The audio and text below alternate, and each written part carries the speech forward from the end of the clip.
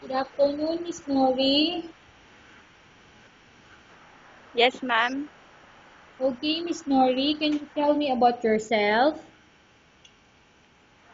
My name is Nority Arconado. I'm 29 years old from Kalimag, Alfonsolista, Ifugao. I'm married with Bonifacio Arconado. My daughter is Princess K. Arconado, ma'am.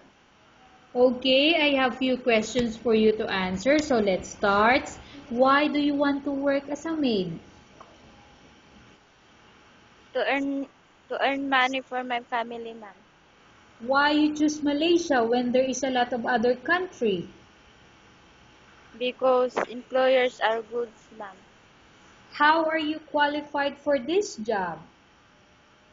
Hardworking, ma'am. May I know what is your education level is? High school graduate, ma'am. Have you worked abroad before? No, ma'am. What is your recent experience? As a sales lady, ma'am. Do you have experience of taking care of baby? Yes, ma'am. And whose baby you are taking care of? My daughter and my neighbors, ma'am. What about elder or older people? Do you have Nothing, experience taking care of them? not, nothing, ma'am. Do you have any other special skills? Yes, ma'am. May I know the special skills you have? Gardening, ma'am. Are you willing to learn new skills?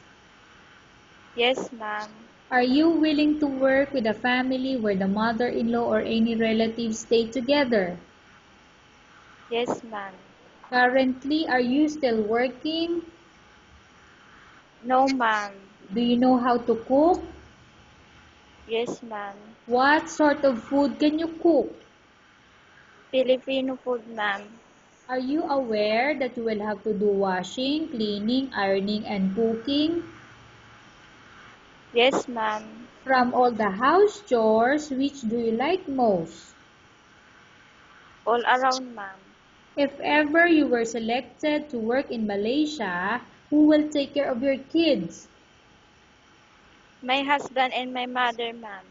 You are not allowed to use handphone during working hours. Yes, ma'am.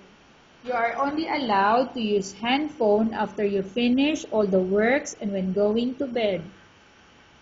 Yes, ma'am. You are strictly needed to surrender the handphone to your employer in the morning, and your employer will return back to you once you're going to bed. Yes, ma'am. If ever you were select if ever your employer finds out that you're abusing of using your handphone and it's affected your work performance, your employer will confiscate your handphone and you're not allowed to hold it anymore. Instead, your employer will allow you to call to your family 3 times in a month. You only allowed to Yes, bring ma'am. normal phone and you're not allowed to bring smartphone. Are you Yes, agree ma'am. for the terms and conditions? Yes, ma'am. Are you agree to the rules and regulation for the handphone? Yes, ma'am. How many years is the contract as you agreed and understand? 2 years, ma'am. Can you describe for me your ethics or your attitude? Hardworking and honest, ma'am. How can how can you assure to us that you will work hard in Malaysia? Can you please repeat, ma'am? Okay. How can you assure to us that you will work hard in Malaysia? I will follow the rules of and regulation of my employer, ma'am. Can you promise not to use the telephone without the permission of your employer? Yes, ma'am. Can you promise not to put on makeup but to dress properly while work? Yes, ma'am.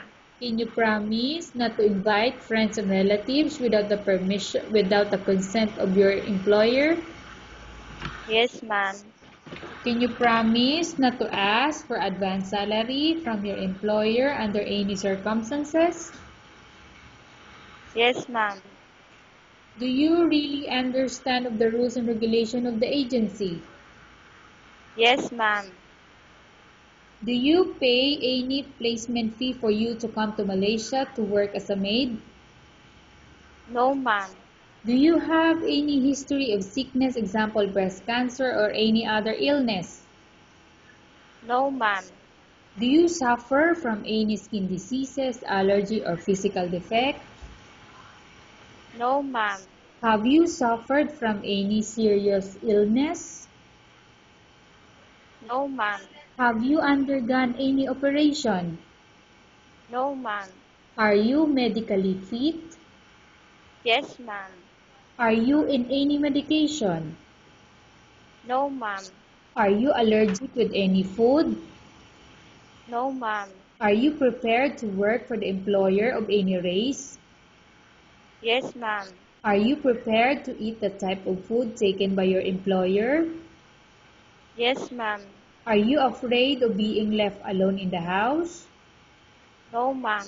Are you afraid of dogs or other pets? No, ma'am. Can you promise to work according to instruction from your employer? Yes, ma'am. Do you have any immediate family working in Malaysia? No, ma'am. Okay, Miss Nori, we have finished our question section. Let's go to case study. I have a case study for you and I want you to answer me truthfully. Upon arrival in Malaysia within 6 months, if ever any of your family members pass away, what will you do? Will you continue to work to finish your contract or you will go back? I will continue to finish my 2 years contract, ma'am. Okay, tell us about yourself and why do you want to work in Malaysia as domestic helper? My name is my name is Nori R. My name is Nori T. Arconado. I'm 29 years old from Kalimag, Alfonsolista, Ifugao. I'm married with Bonifacio Arconado. My daughter is Princess K. Arconado. Oh, I want to work in Malaysia because I want to support my family, ma'am. okay, Miss Nori, what do you want to tell to your employer who watching your video?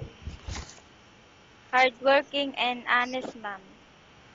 Okay, thank you very much, Miss Nori. We will update to your agency if there's any selection made by the employer. Yes, ma'am.